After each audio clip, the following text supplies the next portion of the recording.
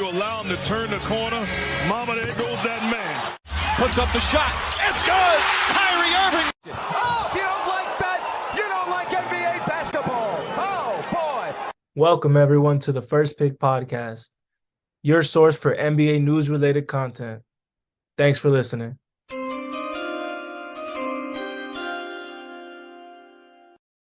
Welcome, everyone, back to another episode of the First Pick Pod. Now, today's episode, without further ado, we're going to be doing a free agency review. Now, obviously, I feel like all the big names in free agency have already left, have already decided where they're playing, and I kind of just want to give a review of what I think is going to happen. I'm going to go over some trade news that has been breaking down. So this episode is going to be a long one, so grab your snack. Hope you're in a long car ride. Put this podcast on and hope you guys really do enjoy. We're going to be breaking down almost every contract that has been given out this free agency, and I'm just really excited, man. Before we get started, though, make sure to follow the socials. Now, I do know that Twitter is acting a little weird right now, so if you guys really want consistent updates of content, make sure to follow the Instagram at _firstpickpod. I've been doing reviews of players and where they've been going. I've been breaking news of players that requested trades and etc. So I hope you guys give me a follow over there. And if you guys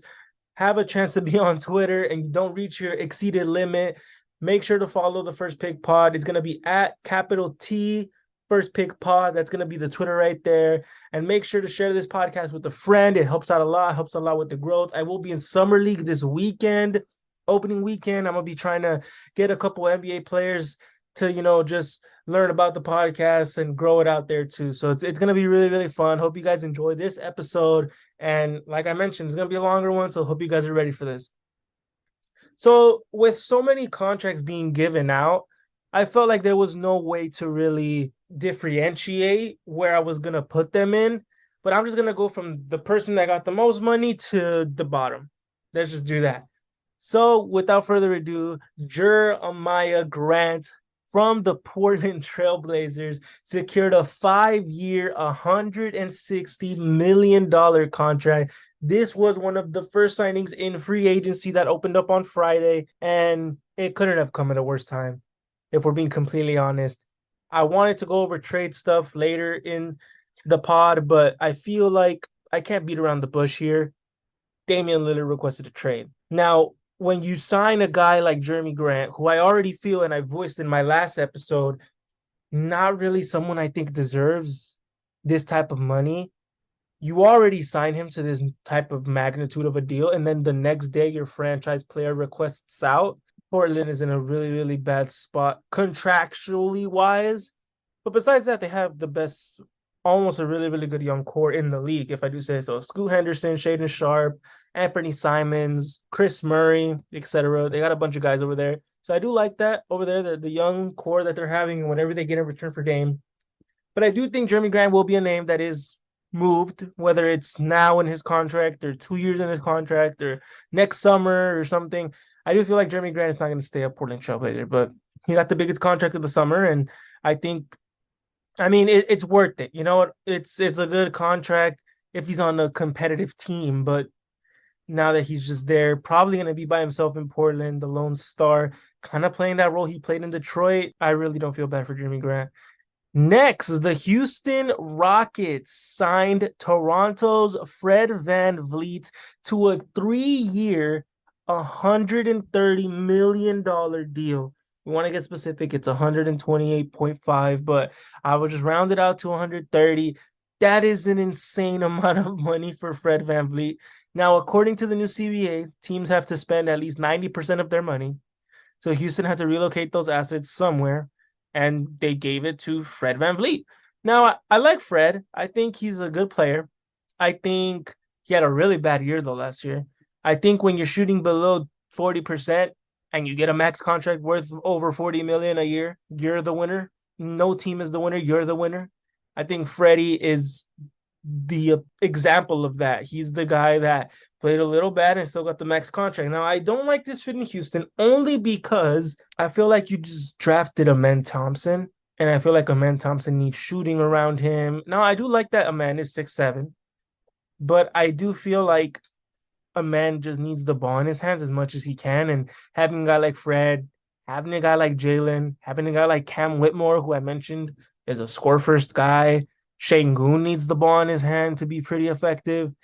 I feel like you're just taking the ball out of your point guard of the future's hand, and I can really stunt his growth. So I hope everything turns out good. I can definitely see this being a contract that's valuable towards the end, like in that last year of his contract, and can definitely be valuable. So I think Fred VanVleet is a good player. I think, by the way, I want to get something straight. I am not hating on any of these players because, like any of us, if we were offered this amount of money, we would be signing. Where's the paper? I think Fred VanVleet just took the best deal that was given to him, and rightfully so. Undrafted, great story, won a championship, and who knows, maybe he ends up being a better player in Houston, and he is a mentor to those young guys. Because if you look at Houston, it's ran like an AAU team, and they really want to change that narrative around. Another guy that signed for little less than Fred VanVleet, surprisingly, Kyrie Irving. He signed quickly into free agency. There was a ton of rumors of him taking meetings with the Suns, the Lakers, Clippers, Miami, but I think all of that was BS, and Kyrie ultimately backed that up. He signed a 3-year with Dallas. Now, I do think that he signed a really short-term deal. I'm not so sure. I will get the information and relay to you guys on another pod, but I do think his contract now lines up with Luka, or at least it's like a year or two removed from Luka, which I think this is now Dallas saying this is our win now opportunity. We need to sign as many people as we can. I believe they still have their mid-level exception, but they're not expected to bring back Christian Wood, which I think that Christian Wood is a phenomenal fit next to those guys. I just think you need to work around those three guys in defense, not think of Christian Wood as working around those two guys. I think you need to include Christian Wood into the fold of that type of stuff. But we'll see what Christian Wood lands. He's also one of the few guys that I think deserve to be signed and still hasn't signed. So that's something we got to look out for in the next coming days. Cameron Johnson signed a 4-year, $108 million contract to stay with the Brooklyn Nets. Now, a bit of an overpay, I will say that. But I do think they traded Kevin Durant for him. You got to lock him up. And, I mean, he showed a lot of promise in the playoffs. Cameron Johnson, though, is a player that I think, what is his ceiling? Is his ceiling a 20-point per game score? Because if it is, then 4 years, basically 20 to 30 mil a year, that's fine. But, I mean, you still question, like, is that really worth it? But nevertheless, great signing for Brooklyn. You kept your guy, and, you know, there's no rush for you guys to compete now. And he's still a piece that can, at some point, if you think that it's not going to work out, you can move him. It's a pretty movable salary. Next, I have a guy that I kind of slated to go somewhere else, and he shocked me. Kyle Kuzma. He stayed with the Washington Wizards for a 4-year, $102 million contract. Now, I actually selfishly love this move for Kuzma. He gets to be one of the focal points of an offense. Him, Poole, Tyus Jones, I think those three are very good players. You can see what you have in Bilal Coulibaly. You still have Daniel Gafford. Washington's off to a pretty good rebuild. They traded their two best players last year. They upgraded their guy who was pretty consistent. I think Kuzma averaged 20 points damn near, or at least 20. And then you bring in a guy like Poole, who also averaged 20. And then you have a guy, Tyus Jones, who's one of the best backup point guards in the NBA. And then you have Daniel Gafford, who's a pretty good defensive center. I think Washington's off to a great start in their rebuild. Do I think this is a rebuild bottom 5 in the East? No, I think this is a play-in team, actually. I think if all the right pieces fit and they fit quick, I think this is definitely a play-in team. Obviously, we're going to get a more in-depth when I go over teams and what can they do to improve. And I'll be giving you guys an individual episode on every team. So I hope you guys would like that type of content. But when we get to the Wizards, I do think that this is a preview. I think the Wizards are a team that can sneakily be a play-in team. I think everyone has them slated to be bottom of the East, but I think if their health is on their side, their guys are developing the way that they are, I don't see why they can't be a play-in team. Next is Chris Middleton. Now, Chris Middleton, he opted out, as I reported on the First Pick Pod Instagram and Twitter, but I do think that I did think at the time he opted out for more years guaranteed, and that's exactly what he did. He opted out of $40 million, which is damn near a lot, but he signed for a guaranteed 3 years, $100 million. So he took off that 1 year to get an extra 2, and I think it's going to work out fine. I thought that they were going to be capped out at Middleton and Brook, but we'll get to Brook a little later. But yeah, I mean, he ended up staying. And I mean, last year wasn't really an indicator on how good or bad that team was. Middleton was injured a lot, and I think Middleton is a big piece of what they do. Now, do I like that they're paying a 31-year-old Chris Middleton for 3 more years and he'll end that contract at around 34, 35? Probably not, but I think his game relies so much on skill rather than athleticism that it'll translate pretty well. Next is actually the first signing in free agency. It was a re-signing of Draymond Green, 4 years, $100 million. Now, Draymond is 33, but he's just a guy that I never thought was leaving Golden State. Yes, there was rumors of him taking meetings with the Kings. The Grizzlies opened up room for him. The X team opened up stuff for him. And I think, he's just one of those players that you like. And if he's on your team, you love him. If you're playing against him, you hate him. And I think he does all the little things for Golden State. Now, do I think Golden State's championship window is slowly closing? I think it's already closed. I think that last one was their real last one with that core group, unless something really shakes up over there. They're having a really bad free agency. We'll get over to who they signed after Draymond Green, but it's not looking too hot. But, I feel like this is one of those contracts where maybe he's not worth $100 million, but I mean, he's helped you win so many championships, got you to so many finals that you just kind of give him that contract. Next is Jakob Poeltl. Ended up staying with Toronto, 4 years, $80 million. Now, this is just a contract I feel is it's a good one. I think you gave up a first for him at the trade deadline last year, and I think you have to do everything in your power to keep him and retain him. And you see him as your center of the future. Although I do think that Toronto really doesn't have a sense of where they're going. They're really stuck in the middle, which I've mentioned on previous pods is the worst area to be in the NBA. You're stuck in purgatory. You're either really, really good or really, really bad. And I feel like they're that dead set in the middle team. They're not winning a playoff series, but they're not going to secure a top 6 seed. They'll probably be in the play-in, probably lose in the play-in, and then they're going to end up with a really bad pick in the draft. I mean, it's a good move for now. I wouldn't be surprised if he's moved a year or two into this deal.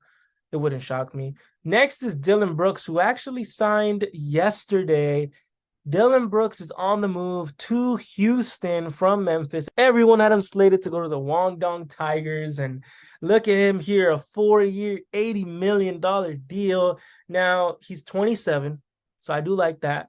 I do think that he can add to a team. Now, I do think, was he over-exaggerated in Memphis, and he did the most at times where he probably shouldn't have? Probably. But I do think that Houston is really in look for a total reshape of their culture, and I think Dillon Brooks is a good fit there. I think $20 million annually is pretty steep, but as I mentioned, you have to use $90 million of your money somewhere in free agency, and this is a prime example of using that money elsewhere. He's a player that really just gets at it defensively, and I think Houston really needed that more than ever. You worry about the shooting, but obviously with a coach like Ime Udoka, defense is going to be a number one priority. Fred VanVleet's even a good defender. Defense is obviously a priority, and then the shooting comes after. So you just hope that his shooting comes back to form over there in Houston. Next, we have Max Strus signing a 4-year, $63 million contract. Now, I just love this for Cleveland. Yes, he's on the shorter side. He's around 6'4", maybe 6'5", but he can play that wing position for you. He's just coming off a finals run. He's just someone that's pretty reliable throughout the regular season. $15 million a year annually is a great contract in this CBA. I do think that you do question his shooting in the finals. He shot, I think, 30 to 31% from 3 in the finals, so he has cold stretches, but I mean, still, I think it's a great get for them, and that's all I got to say for that signing. Next is Herb Jones.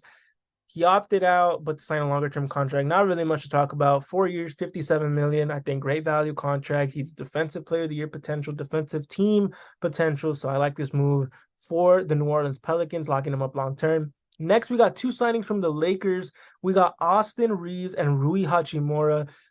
Rui is at a 3-year, $51 million. So that's going to give him around $17 million annually. And we got Austin Reeves at a 4-year, $56 million contract. So that extra year. I love both of these moves for LA. Rui Hachimura showed a ton of promise in the playoffs, was oftentimes their 3rd or 4th best player in that run. They signed him pretty early into free agency. They did not let anyone throw an offer sheet at him, and I just think it's a good place for him. I could see him starting, coming off the bench. I think he's just a perfect player for LA. He's good size. He's a good shooter. It's a good fit. Austin Reeves, though, I feel like it's the steal of the contract of free agency. Austin Reeves at a 4-year, $56 million deal, getting paid $14 million for the next 4 years. Last year's a player option of that deal, though, but I just think Austin, he's 25. The contract ends at the best years of his career at 29, 28, even if he opts out the year earlier. I just think this is a perfect contract for him. The development that he's shown from year 1 to year 2 is tremendous, and he's probably going to take another leap. He's playing in Team USA this offseason. I just feel like the only way is up for here for Austin, and I think that for getting him for a contract at $14 million annually, you can't ask for anything better if you're LA. No team threw an offer sheet at him, so LA got to sign him to their max. Remember in the past podcast, I mentioned the possibility of a team throwing a 4-year, $100 million contract at him, and the first 2 years would be set at $12 million, and then the contract would jump to like $30 million for years 3 and 4. But LA had to avoid that, so lucky for them, they just keep Austin at a $56 million rate, and great move for them. Next, we got Donte DiVincenzo. He left the Golden State Warriors and he went to the New York Knicks on a 4-year, $50 million deal. I love this move for the Knicks. I think he is also a Tom Thibodeau player. I think he links up with his boys from Villanova, Jalen Brunson, and also Josh Hart. So it's just a great move for them. And I really like that. Essentially, it's kind of like their mid-level exception. And I feel like that's a great move. I really, really like that move for them. Good job. Next is Brook Lopez, a guy that I thought was really on the move for the bag, but he ended up staying with the contender and keeping the bag. He's 35. He got a 2-year guaranteed $48 million deal. Now, do I think paying a 37-year-old, almost going to 38, $24 million, that's not named LeBron James a lot? Yeah, that kind of is a lot, but I mean, he was second in Defensive Player of the Year. He's a good floor spacer. He doesn't provide too much attention on offense. You kind of can just kick it out to him. And yeah, I really like this fit for him. And great job, Milwaukee, for retaining him. Next, we got Bruce Brown Jr. Now, this is a guy who was linked to a ton of teams, even the Lakers at one point, signing for their mid-level exception, but he ended up taking a huge bag, a 2-year, $45 million deal. Now, the last year of that deal is partially guaranteed. I want to say it's an option. So really that first year, he's getting paid $22 million. But for a guy like Bruce Brown, who no one wanted him last free agency, to being a key important role in a championship team, for getting 22 M's, that's fantastic. On Twitter, throughout his career, I saw a tweet where it said he got paid like $17 million his whole career. And now in 1 year, he's getting paid $22 million. So get the bag, man. Enter free agency next year, because Indiana's probably not going to be good in this year. They'll be a playoff team. I do think they'll be a playoff team. But, I mean, any noise, you're going to need a lot of development from those guys in order to make any real sort of noise. Now, I do think Indiana wants to win, so this is a good signing for them, and I like the fit. So good job, Bruce Brown. Get that bag, young man. Next, we got D'Angelo Russell signing for relatively low. He signed to a 2-year, $37 million deal that pays him around $18 million, so less than 20. Talk about killing your value in the playoffs. You got a guy like Rui Hachimura, who went for a couple of seconds in the trade deadline, basically went for scraps, and he rose his value all the way to 3 years, 51. And now a guy like D'Angelo, who was getting $30 million, and before he wasn't going to get 30, but he was looking at something like 20 to 25. Now he's down below 20. Now, I do think it's a great get for the Lakers. I think you have to remember, for those first 2 playoff series, he played amazing for them. And just this free agency class, like I mentioned in the last episode, it's pretty weak. There wasn't a lot of talent. But I do think $18.5 million for D'Angelo, player option next year, so you can opt out if he thinks that he's worth more next year. But this is really a prove-it deal for yourself. Prove that you're not the player you were in the Western Conference, and I think he can easily do that, because I think he played beyond terrible. And I think him just raising that value a little more, he easily gets over $20 million next offseason. So I like that for the Lakers. I like that for D'Angelo. Great job. Kobe White re-signed with Chicago. Really didn't stay that long in the market. 3 years, $33 million. It's a good contract, $11 million. He showed that a real shooting ability this season, and I really do like that for a team that needs a point guard. because Lonzo Ball's probably hurt. Kobe White is great. They lost Patrick Beverley as well. Kobe White can step in there, knock down some shots, and I'm expecting a big jump from him usage-wise. So I like this move for them. Next, we got Gabe Vincent. He left the Miami Heat for the Los Angeles Lakers. A 3-year, $33 million deal, basically using LA's mid-level exception that they freed up. And I mean, I love this signing for LA. He's a proven guy in the playoffs. As I mentioned just a couple guys ago, D'Angelo Russell, really poor playoffs. Gabe Vincent, complete opposite. One of the best playoff runs we've ever seen. From undrafted to getting $33 million. Great job, Gabe Vincent. I think he is the ultimate winner of this list that I've named so far also. Just great job. Really, really good. Next is Caris LeVert. Stayed in Cleveland 2 years, $32 million. I think Cleveland's just trying to retain talent. Now, I do think re-signing him and getting Max Strus really did help you guys. So great job on that end. Really good signing for them. Next is Jock Landale, whose offer sheet was revoked, which he was a restricted free agent, and then he got it taken away, so he became an unrestricted free agent. And he went from Phoenix, so I thought he would have been a great fit in Phoenix. He went from Phoenix to Houston on a 4-year, $32 million contract. That's amazing for him. I think $8 million annually for a guy that's a really solid backup center. He doesn't expect a lot of minutes behind Şengün, but when he's given minutes, he's extremely capable. Great move for Houston. One of their moves that I'm in favor for. It's a really nice move for them. Next, the Cleveland Cavaliers grab another wing. They grab Georges Niang from Philadelphia on a 3-year, $26 million deal. Great move for Niang. He's a catch and shoot guy. He plays decent defense, and putting him in that Cavs locker room where they need wings, I think perfect fit.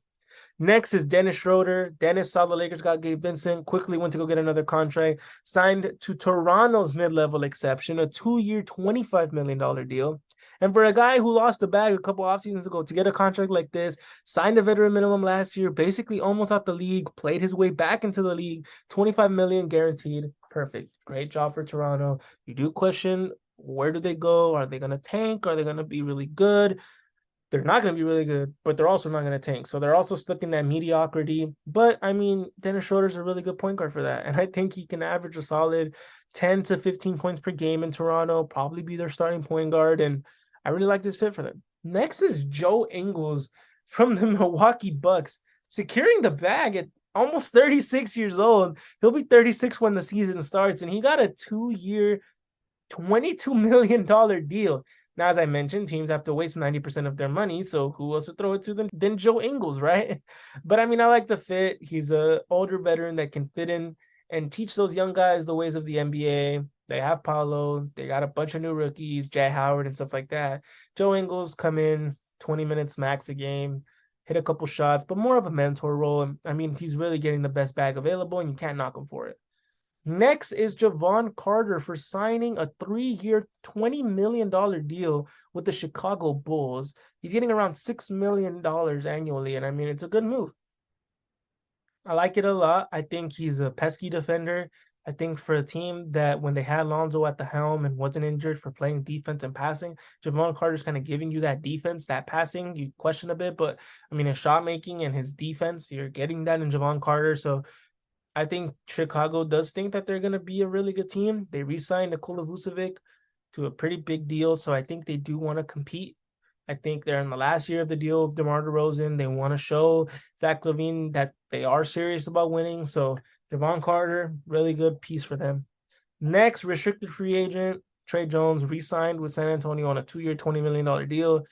Would I wish that they signed him to a longer-term deal? Probably. He could have been your point guard of the future. He showed a lot of promise last year.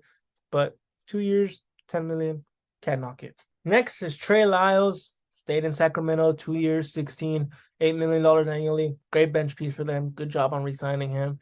Moritz Wagner stayed in Orlando, 2 years, $16, same as Trey Lyles. Great contracts, great contributors off the bench. Next, we got Dwight Powell. Ended up staying in Dallas, 3 years, $12 million. Pretty good, less than $5 million annually. I like that for them. Next is Reggie Jackson, who I was actually pretty surprised that Denver brought back. They didn't really give him any burn in the playoffs.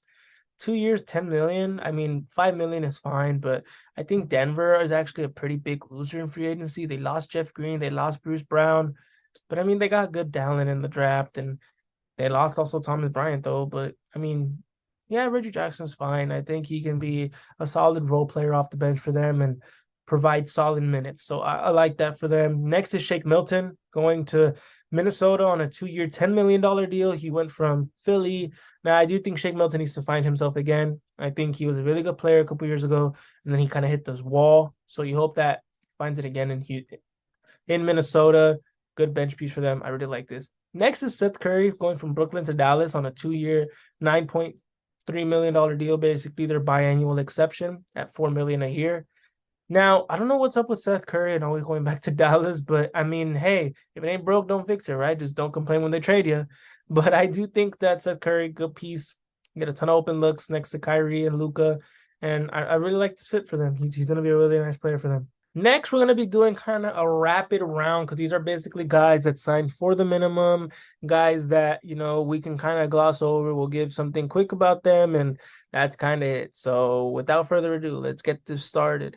Nickeil Alexander-Walker, 2 years, $9 million. Great get. Troy Brown Jr., 2 years, $8 million. Really good get for himself and for Minnesota. Miles Bridges, qualifying offer, signing for 7.9. He's asked to serve the rest of his suspension in games, but besides that, he'll be an unrestricted free agent next year. So we'll see what happens with that. Russell Westbrook stayed with the Clippers, 2 years, $7.8 million, basically $8 million, getting paid almost less than $9 million. But good job for Russell finding a home that he really likes. Kevin Love staying in Miami on a 2-year, $7 million deal, getting paid around $3 million. So we got a little bump from his veteran minimum last year. I like this fit over there in Miami. Derrick Rose going from New York to Memphis on a 2-year, $6 million. Also, again, a little higher than the veteran minimum. Jaws serving that suspension. They're going to need someone to play some point guard. Derrick Rose can come in there, play a couple games for them, and then be a mentor for Ja when he comes back. Eric Gordon, tremendous get for the Phoenix Suns. Left the Clippers, was waived by the Clippers, signed with the Phoenix Suns on the veteran minimum. Great deal for them. I love that for them. Jeff Green, as I mentioned earlier, Denver to Houston on a 1-year, $6 million deal. Great get for Jeff Green. He'll just be a veteran for Houston pretty much. Josh Richardson signed a 2-year, $5.9 million deal with Miami.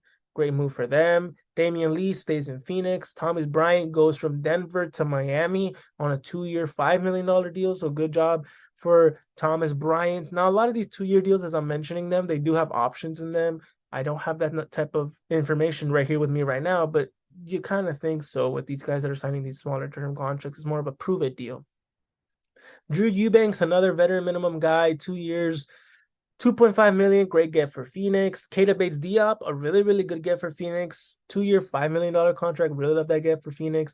O'Shea Brissett goes from Indiana to Boston, really nice get. Cam Reddish goes from Portland to LA. The Lakers get a young guy that they can re-up his value. He was a high pick, really good upside. You also get Jackson Hayes, same draft class, a couple picks before Cam Reddish. Another really, really good guy from New Orleans to LA. Ty Jerome left Golden State, went to Cleveland. Really good get for Cleveland. Good backup point guard. Tayshaun Prince signed LA's biannual exception, going from Minnesota to LA. They get a wing 3-and-D guy. Hits a really good clip of his three-pointers. Played with D'Angelo. Played with Vanderbilt. He's going to be seamlessly fitted into LA's system. DeAndre Jordan ends up staying with the Denver Nuggets. Great get for them. Patrick Beverley goes from Chicago to Philadelphia. Now, is Philadelphia going to be a contender once training camp comes around? We'll see what happens, but I'm not so sure. Alex Len stays in Sacramento. Cody Zeller goes to New Orleans. Justin Holiday goes from Dallas to Denver. Great move for them. Corey Joseph, a guy that went from Detroit to Golden State. Golden State having a really bad offseason because this is their only signing other than Draymond. And they still have a ton of holes to fix unless they magically think that just running it back with the same squad and adding Chris Paul is going to help them. I don't think that's going to help them a lot. Chimezie Metu, Phoenix guy, great get for them. Dennis Smith Jr., Charlotte to Brooklyn, amazing prove-it deal. Josh Okogie stays in Phoenix, big get for Phoenix. I really, really love that for them. Yuta Watanabe, another great get for Phoenix. Brooklyn to Phoenix, gonna go there, shoot a really high percentage of threes. He's a wing, really love that fit for them. Lonnie Walker from LA to Brooklyn on a prove-it deal. Lonnie Walker, he was a big part of LA's rotation, looking like a multi-year contract was ahead of him. And then he ended up playing really not playing bad. He kind of just got out of the rotation, and there was no minutes for him. So he ended up signing a deal with Brooklyn. Hopefully, he gets minutes over there. And Orlando Robinson ends up staying in Miami on a $1 million contract. Now, we went over pretty much everyone that's been signed. Now, there are guys who haven't been signed, and they need to be signed. And we'll just go over the top 10 guys that are free agents and what's going to happen with them. We got Malik Beasley waived by the Lakers, didn't get picked up his team option. It's looking less likely that he's going to be back in LA. He's a good shooter. Any team that needs shooting, Malik Beasley can be a great get for them. Will Barton was with Toronto. I would be surprised if he gets picked up at this point of his career. He's 32, almost 33, relied heavily on athleticism. Doesn't really have that anymore. I do think that he's a good player nevertheless, and he can get signed somewhere, hopefully. Christian Wood, I think, is the biggest name in free agency left.